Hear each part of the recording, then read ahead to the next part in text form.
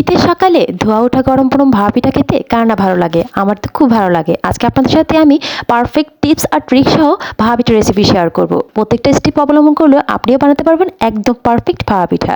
এই শীতের দিনে ভাপা পিঠা ছাড়া তো শীত যেন জমেই না। তাই প্রতিদিন সকালে এমন সুন্দর ভাপা পিঠা বানাতে হলে অবশ্যই আজকে আমার রেসিপিটি দেখতে হবে। আশা করি আপনাদের পুরো রেসিপি অনেক ভালো লাগবে। ভালো লাগলে অবশ্যই পেজটিকে ফলো দিয়ে পাশে থাকবেন। ওয়েলকাম করছি নুসুস মম কিচেন এন্ড ব্লগে। এই তো অ্যাট ফার্স্ট ভাপা পিঠা বানানোর জন্য এখানে আমি 3 কাপের মতো চালের গুঁড়া নিয়ে নিয়েছি। চালের গুঁড়োটা আমি ডিপ ফ্রিজে রেখেছিলাম। তারপর এর মধ্যে কিছুটা পরিমাণ লবণ দিয়ে ভালো করে মেখে নিচ্ছি। তারপর অল্প অল্প করে পানি দিয়ে, আমি নর্মাল পানিটা দিয়েছি, অল্প অল্প পানি দিয়ে একটা খামির তৈরি করব। তবে সেটা অবশ্যই আপনার হাতে দেখে বুঝতে হবে। এত বেশি পানিও দেওয়া যাবে না, তাহলে আবার বেশিটা দলা পেকে যাবে। আমি আপনাদেরকে কোয়ান্টিটি দেখাচ্ছি কিভাবে আপনার কতটুকু পরিমাণ। এই দেখুন, এবার মুট করে ধরলে যাতে খুলে পড়ে আসে। অবশ্যই পানিটাকে আপনারা মেপে ব্যবহার করতে হবে, একসাথে অনেক বেশি পানি দেওয়া যাবে না। তারপর এই তো একটা চালে নিয়ে নিয়েছি। চালের মধ্যে এখন আমি এটাকে খুব সুন্দর করে আমি চেড়ে নিচ্ছি। এই দেখুন, নিচ থেকে খুব সুন্দর করে একটা বোল দিয়ে দিয়েছি, আর উপর থেকে এই তো আমার এখানে চালা শেষ। এখন ভাপা পিঠার জন্য আমার সব কিছু রেডি। এখানে আখের গুড় আর আমি কিছুটা পরিমাণ নারকেল কুড়িয়ে নিয়েছিলাম। এখন আমি এখানে ভাপা পিঠার পাতিটা দিয়ে দিয়েছি। আপনারা অবশ্যই এরকম পাতিল বা আপনারা যে কোনো ভাতের পাতিলও চাইলে এই ভাপা পিঠাটা বানাতে পারেন। এই তো এখন ভাপা পিঠা তৈরি করার জন্য একটা আমি বোল নিয়ে নিয়েছি। তারপর ওটার মধ্যে আমি কিছুটা পরিমাণ গুঁড়ি দিয়েছি, তারপর নারকেল, তারপর আবার গুড়, তারপর আবার চালের গুঁড়ো দিয়ে ভালো করে ঢেকে দিয়েছি। এখন এই তো এটাকে আমি একটা জালের মধ্যে নিয়ে নিয়েছি। আপনারা চাইলে কাপড় দিয়েও এই কাজটা করতে পারেন। এই তো এখন আমার পানিগুলো প্রায় ফুটে এসেছে, উপর থেকে ধোয়া উঠতে শুরু করেছে। এই মুহূর্তে আমি এখন ভাপিটা দিয়ে দিয়েছি। অবশ্যই পানিটা পাতিলের 3 ভাগের 2 ভাগ দিবেন, বা খুবই অর্ধেক দেওয়ার চেষ্টা করবেন। যদি বেশি দেন তাহলে দেখা যাবে পানি উপরে উঠে আসবে, পিঠাটা ভিজে যাবে। সেক্ষেত্রে অবশ্যই এই টিপসটা আপনার অবলম্বন করতে হবে। এই দেখুন আমার পিঠাটা কত সুন্দর হয়ে এসেছে। খুব বেশি লাগে না, একটা পিঠা হতে 2 থেকে 3 মিনিটের বেশি সময় লাগে না। দেখুন পিঠাটা কতটা সুন্দর হয়েছে দেখতে।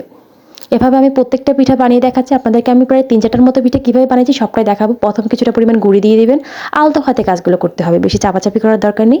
এই তো কিছুটা পরিমাণ নারকেল কোড়ানো দিয়ে দিচ্ছি, তারপর গুড় দিয়ে দিচ্ছি, তারপর আবার চালের গুঁড়ো দিয়ে ঢেকে দিচ্ছি। এভাবে করে প্রত্যেকটা পিঠা আমি একদম পারফেক্টলি বানাচ্ছি। আপনারা শুধুমাত্র দেখতে থাকুন আমার পুরো রেসিপিটা।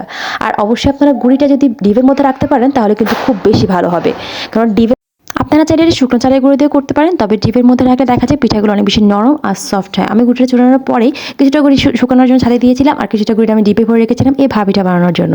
আপনারা চাইলে ভাপিটার ক্ষেত্রে এই ট্রিক্সটি ফলো করতে পারেন। আমি প্রত্যেকটা ভাপিটা কীভাবে বানাচ্ছি আপনারা জাস্ট লক্ষ্য করুন। কিছুটা পরিমাণ গুঁড়ি দিচ্ছি, তারপর নারকেল ফুট দিচ্ছি, তারপর আবার গুড় দিচ্ছি, তারপর আবার উপরে চালের গুঁড়ো দিয়ে দিচ্ছি। অবশ্যই কাজটা আলতো হাতে করবেন, বেশি চাপাচাপির দরকার নেই, আলতো হাতেই সুন্দর করে কাজটা করা যায়। এভাবে প্রত্যেকটা পিঠা আমি কতটা সুন্দর করে বানিয়ে নিচ্ছি আপনারা দেখুন। সেম প্রসেসে আমি প্রত্যেকটা পিঠা বানাচ্ছি। আপনারা এক্ষেত্রে কিন্তু এরকম একটা জালি ব্যবহার করতে পারেন, সেক্ষেত্রেও পিঠাগুলো সুন্দর হয়। চাইলে কাপড় ব্যবহার করতে পারেন, নরম সুতির কাপড় ব্যবহার করতে পারেন। চাইবে অবশ্যই সাদা কাপড়টা ব্যবহার করার চেষ্টা করবেন, তাহলে খুব ভালো হয়। এই দেখুন আমার পিঠাটাও হয়ে এসেছে। আমি আপনাদের সাথে প্রায় কয়েকটা পিঠা কীভাবে বানালাম পুরো রেসিপিটাই শেয়ার করলাম। আশা করি আপনাদের পুরোটা ভিডিও অনেক বেশি ভালো লাগছে। এভাবে আপনারা চাইলে খুব সহজেই প্রত্যেকটা পিঠা বানিয়ে নিতে পারেন। আশা করি আপনাদের প্রত্যেকটা পিঠায় আমার এই টিপস আর ট্রিক্সগুলো ফলো করলে একদম পারফেক্ট হবে। অনেকেই আছে ভাবে এটা বানাতে পারে না, ভেঙে যায় বা ভিতরে কাঁচা থেকে যায়। আমার এই টিপস আর ট্রিক্সগুলো যদি ফলো করেন তাহলে আপনাদের প্রত্যেকটা পিঠাই হবে একদম পারফেক্ট। আর আমার পুরো ভিডিওটি যদি ভালো লাগে অবশ্যই আমার পেজটিকে ফলো দিয়ে আর আমার চ্যানেলটিকে সাবস্ক্রাইব করে পাশে থাকবেন। আর অনেক ভালো থাকবেন। অবশ্যই আমার এই টিপস আর ট্রিক্স ফলো করে ভাপা পিঠাগুলো ট্রাই করবেন। সবাই অনেক ভালো থাকেন। আল্লাহ হাফেজ।